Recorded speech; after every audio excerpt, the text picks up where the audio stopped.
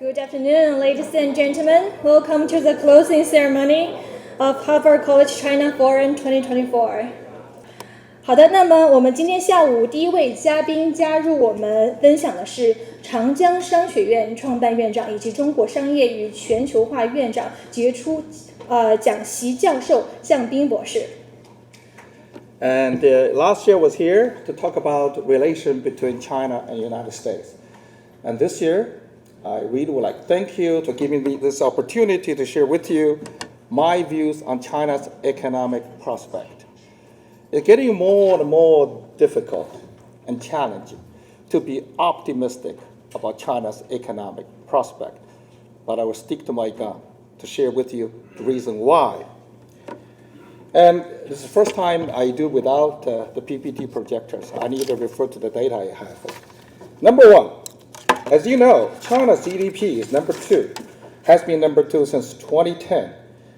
But also we should note, from 1979 to 2022, China contributed 19.7%. US contributed 25.2% to global economic growth. So about 45% coming from these two great countries.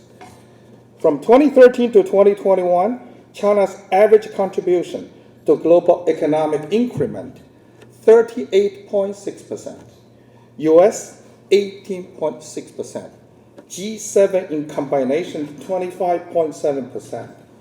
This is the number one reason why you got to be optimistic about China's economic future. We're so lucky to do business in China. China has been the easiest place to make money. If you don't trust me, go somewhere else. Give a shot. You know why? China has been the best place to make money. And number two, China is the greatest trading nation since 2013, displaced Germany as the largest exporting nation in 2009. And as of today, China is one of the most important trading partner for most of the economies globally. Just take a look at RCEP. China has been largest trading partner for Korea, 20 years. Japan, 17 years. ASEAN country, 14 years. Australia, 15 years. There's no reason why China cannot have a great relation with Australia, with Japan, with Korea, but the largest customer. We have so much instruments to play. Manufacturing. China displaced the US as the largest manufacturing hub since 2010. And 2022, China's manufacturing output was bigger than next 5 countries combined. The US, Japan, Germany, India, South Korea, 5 in total, not as big as China's contribution in manufacturing. Service sector. China's service accounting for 52.8% compared with the global average of 61.7%. And the service for China is far below that of Brazil and Russia. And social security programs. You know, China, we're taking pride in ourselves for being a socialistic country. But our investment in social security program among the lowest globally. I have the data here. US, 3 data sets: social protection, education, healthcare. US, 41% GDP. France, 39.7%. Germany, 35%. Brazil, 26.3%. Russia, 22.5%. China, 13.0%. We don't benchmark well with those, European countries, and we don't benchmark well with Russia and Brazil. And GDP per capita is similar. So what I want to say is this: if we catch the global average in terms of investing in those programs, our GDP would have been 1.4 trillion bigger than otherwise. If China catch up with the US, our GDP would have been increased by $4 trillion a year. We have been under-investing in social security program for decades. Yes, we have shrinking aging population. That is true. But if you look at the data, Chinese population as large as India's, we're just 18 million less. But our population, medium age, roughly similar to that of the US. We 39, US 38 years. India's 10 years younger. But the Chinese population is over 4 times bigger than that of the United States. What you got to worry about? You see what I'm saying, okay? 4 times bigger than that of the United States. You have every reason to consider that as a strategic asset. Size of labor force, for example, the data here. Size of labor force. And for China, 781 million. For India, 523 million. We have more than 200 million more laborers and skilled ones than India. India is a great country. I'm immensely optimistic about the future of India. But we're miles ahead of India. Not in terms of GDP, 5 times bigger, but also in terms of size of population and the skilled labor force. We have so many things on hands, but we complain a lot. And we have about 30 sectors remain to be deregulated.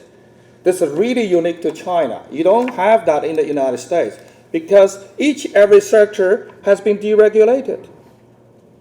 In China, we have 6 sectors monopolized by SOEs, central government. 9 sectors predominantly by SOEs.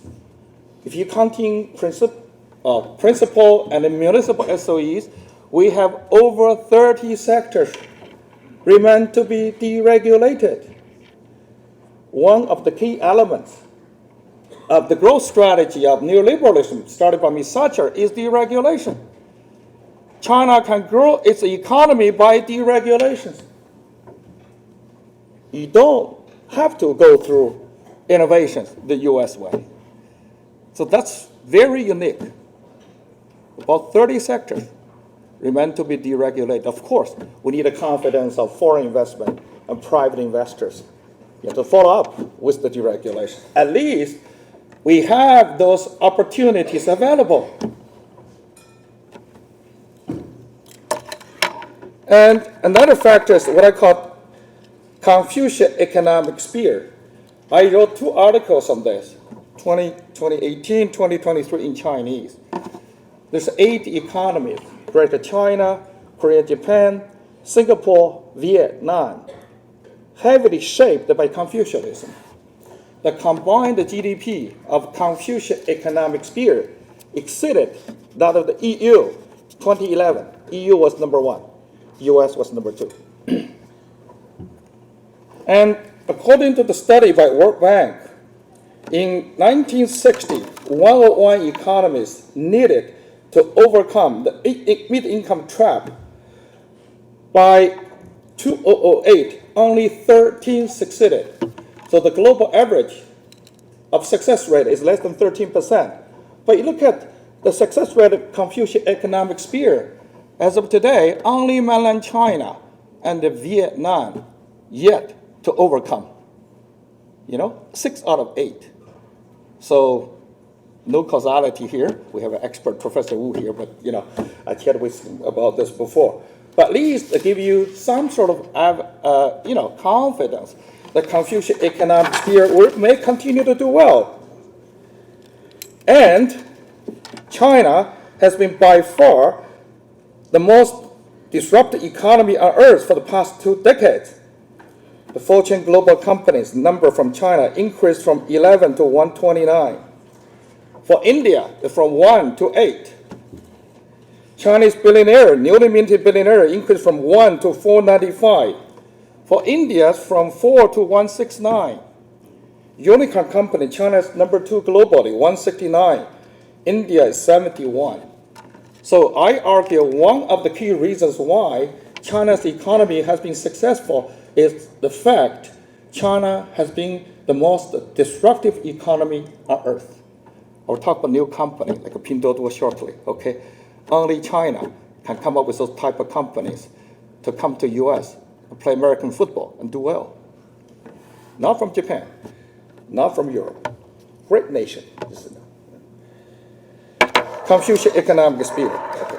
Then this progress in, well, I want to do some advertising for the Unicorn program. We have a Unicorn program coming up at Columbia University, Stanford. Okay. Welcome every one of you who is interested to join this program. Okay. This is advertising. Come back to the topic. Well, the progress of Chinese companies, I think we should be really proud of this. Look at the success of TikTok. And look at the success of Temu. And look at the success of Xiang. Look at the success of Chinese dominance in solar power, wind power, hydropower, biopower. 40% of global renewable energy coming from China. China has been making a fundamental contribution to this alternative energy sector. New vehicles, new energy vehicles. China produced 65% globally. Exported, large exporting nation, large manufacturing base, and the batteries, all of that. Okay.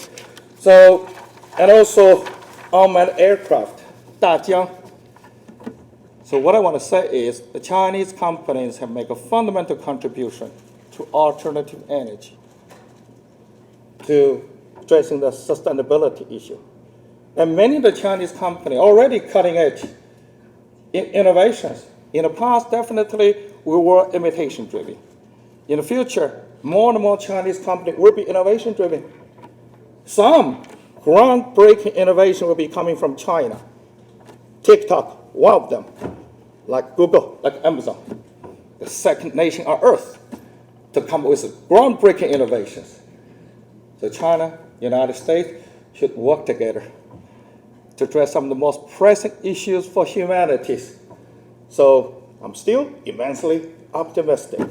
We got to be, because no plan B, only plan A. Work together, address the most pressing global issue together, collectively. Thank you so much. Thank you.